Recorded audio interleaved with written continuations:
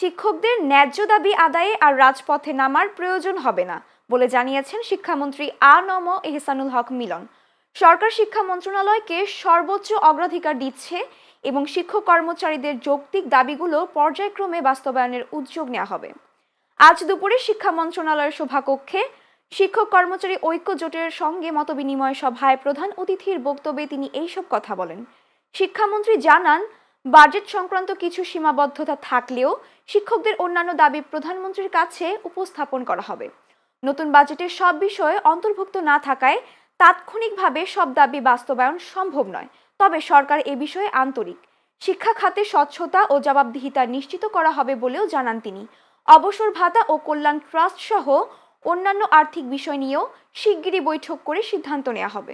আজকে কিন্তু এই মন্ত্রণালয়ে ভিজিটার্স উইকে এখানে কোনো ভিজিটার্স আজকে ঢুকতে দেওয়া হবে না। আমাকে অথরিটি আমাদের সুপারিশের কারণে আপনাকে দিয়েছে।